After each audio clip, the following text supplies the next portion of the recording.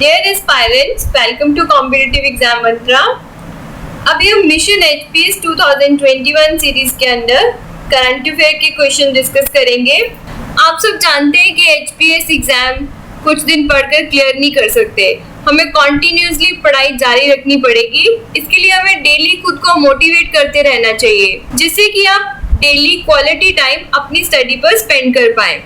The pain you feel today is the strength you will feel tomorrow। तो अगर आप खुद को पेन देकर थोड़े सेक्रीफाइस करके अपनी पढ़ाई पर कंसंट्रेट कर लोगे तो उसके हार्डवर्क का जो फल है वो कल आपको जरूर मिलेगा।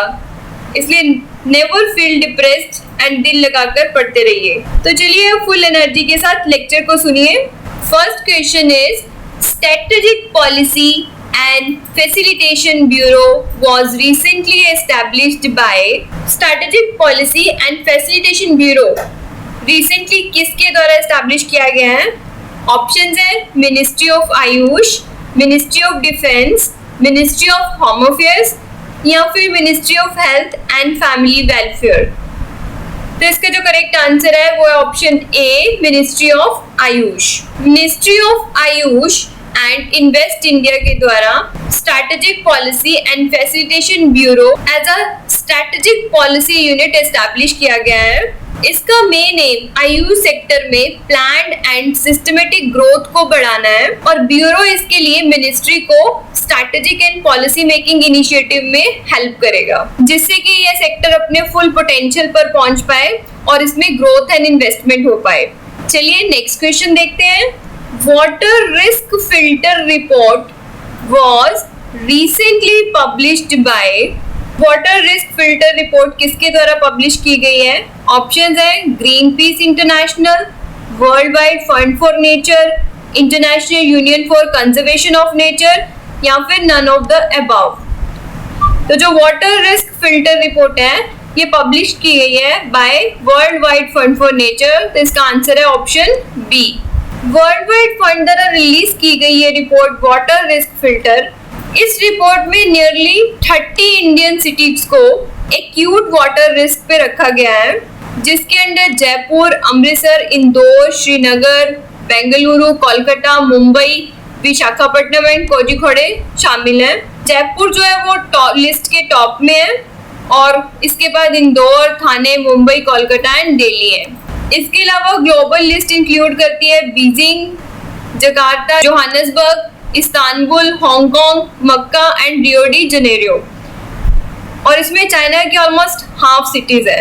इस रिपोर्ट के अकॉर्डिंग जो हाई वाटर रिस्क के अंडर पॉपुलेशन है वो 17% इन 2020 से 51% हो सकती है बाय 2050 तक। So this report, water risk filter report, is released by World Wide Fund. Next question is Malkham, often seen in the news recently, refers to Malkham क्या है? Options है an ancient sport played against gravity, a tech system based on cow health, an animal species recently found, none of the above। तो इसका जो correct answer है वो option A, an ancient sport played against gravity. Mallakhamb, इसमें मल का meaning होता है जिम्नास्ट एंड खम्ब means pole. Mallakhamb means gymnast pole. इस गेम के बारे में रिसेंटली पीएम द्वारा मन की बात प्रोग्राम में मेंशन किया गया था और इस एंशिएंट गेम को अगेंस्ट द ग्रेविटी प्ले किया जाता है। इसके ओरिजिन को 12th सेंचुरी से ट्रेस किया जा सकता है और इसे 19th सेंचुरी में बालम भट्ट दादा दियोदर द्वारा रिवाइव किया गया था, जो कि बाजीराव पेशवा II के इंस्ट्रक्टर थे। चलिए नेक्स्ट क्वेश्चन देखते हैं। Luhri stage 1 hydro electric project is located on which of the following rivers. Luhri stage 1 hydro electric project कौन सी रिवर पर है? ऑप्शंस है रिवर लोहित, रिवर सतलुज, सुबानसिरी या फिर साबरमती। तो ये प्रोजेक्ट कहाँ पे है? सतलुज रिवर पे है। इस 210 megawatt Luhri stage first hydro electric project के लिए recently cabinet committee on economic affairs ने ₹1810.56 करोड़ की इन्वेस्टमेंट अप्रूव की है और ये प्रोजेक्ट सतलुज रिवर पे शिमला एंड कुल्लू डिस्ट्रिक्ट के बीच में सिचुएटेड है और एनुअली ये project 758.20 million units of electricity generate करेगा। इस प्रोजेक्ट को सतलुज जल विद्युत निगम लिमिटेड द्वारा इम्प्लीमेंट किया जा रहा है on the build on operate maintain basis के ऊपर और इस प्रोजेक्ट के अंदर जो पावर जनरेट होगी उससे ग्रिड स्टेबिलिटी प्रोवाइड होगी और पावर सप्लाई की जो पोजीशन है वो भी इम्प्रूव हो जाएगी। Next question is Moto tunnel often seen in the news is located in Moto tunnel कहाँ पे लोकेटेड है? ऑप्शंस है इटली, पाकिस्तान, टर्की या फिर ऑस्ट्रेलिया। तो मोटो टनल जो है वो पाकिस्तान में लोकेटेड है, सो हमारा ऑप्शन आंसर जो है वो है B. Recently Pakistan minister of climate change द्वारा इस टनल को रिवाइव किया गया है और टूरिस्ट के लिए इस 129 ईयर ओल्ड टनल को ओपन किया गया है। चलिए नेक्स्ट क्वेश्चन देखते हैं। Energy technology perspectives 2020 was released recently by energy technology perspective 2020 किसके द्वारा रिलीज किया गया है? ऑप्शंस है world bank, world economic forum, international Energy agency या फिर इंटरनेशनल एटॉमिक एनर्जी एजेंसी।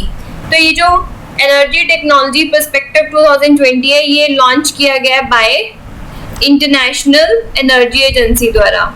ये जो एनर्जी टेक्नोलॉजी पर्सपेक्टिव है ये एक स्टडी है by the international Energy agency द्वारा जो कि फोकस करती है टेक्नोलॉजी नीड्स एंड अपॉर्चुनिटीज के ऊपर ताकि climate and sustainable energy goals को पूरा किया जा सके। इस लॉन्च के टाइम पे IEA के एग्जीक्यूटिव डायरेक्टर ने कहा कि इंटरनेशनल एनर्जी अफेयर्स में इंडिया सेंट्रल स्टेज पे आ गया है और इमर्जिंग इकोनॉमीज में ये एक रोल मॉडल प्ले कर रहा है। इवन उन्होंने इंडियन गवर्नमेंट के एफर्ट्स की प्रेज भी करी और उनकी स्कीम की जैसे कि उज्ज्वला एंड उजाला योजना। सो आपने याद रखना है एनर्जी टेक्नोलॉजी पर्सपेक्टिव जो 2020 है वो किसके द्वारा रिलीज किया गया है? By International Energy Agency. आज का नेक्स्ट क्वेश्चन है averting a lost COVID generation report was released by options है UNICEF, UNEP, World Health Organization, UN Department of Economic and Social Affairs. तो averting a lost COVID generation report जो है वो UNICEF द्वारा release की गई है, तो हमारा आंसर जो है वो है option A. Averting a lost COVID generation report UNICEF की फर्स्ट रिपोर्ट है जिसमें कोविड-19 पैंडेमिक के चिल्ड्रन के ऊपर क्या डायर एंड ग्रोइंग कॉन्सिक्वेंसेस हैं उनको कॉम्प्रिहेंसिवली आउटलाइन किया गया है। इस रिपोर्ट में ये बताया गया है कि जो सिम्टम्स हैं अभी वो चिल्ड्रन में माइल्ड हैं लेकिन जो इन्फेक्शंस हैं वो बढ़ रही हैं और इसका लॉन्ग टर्म इम्पैक्ट हो रहा है एजुकेशन के ऊपर भी। इसके अलावा चिल्ड्रन की एंटायर जनरेशन के न्यूट्रिशन एंड वेलबींग के ऊपर भी इम्पैक्ट पड़ रहा है। रिपोर्ट के जो मेन हाइलाइट्स है वो ये हैं, जो रिपोर्टेड कोविड-19 इन्फेक्शंस हैं उसमें 9 में से 1 जो है वो चिल्ड्रन एंड एडोलसेंट्स हैं। हेल्थ सर्विसेज कवरेज में 10% की ड्रॉप आई है और nutrition services for women and children में 40% का डिक्लाइन हुआ है। 65 कंट्रीज में जो सोशल वर्कर्स की जो होम विजिट थी वो डिक्रीज हुई हैं as compare to 2019। These were the some important highlights. So averting a lost COVID generation report UNICEF द्वारा रिलीज की गई है। Next question is the term Devanam recently found from a Brahmi inscription means. Devanam का meaning बताना है आपने। ऑप्शंस है a holy river, name of god, title of Ashoka या फिर नन। तो इस क्वेश्चन का आंसर है option C, title of Ashok. Recently researcher को एक टेराकोटा ऑब्जेक्ट मिला है जिसमें कि ब्रह्मी इंस्क्रिप्शन जो है वो प्राकृत लैंग्वेज में लिखी गई है और इसके जो कैरेक्टर्स है वो 3rd सेंचुरी BC के हैं और वर्ड देवनम सुजेस्ट करता है part of the title of emperor Ashok of the Mauryan dynasty. तो इसी क्वेश्चन के साथ हमारा आज का करंट अफेयर का लेक्चर यहीं पे फिनिश होता है।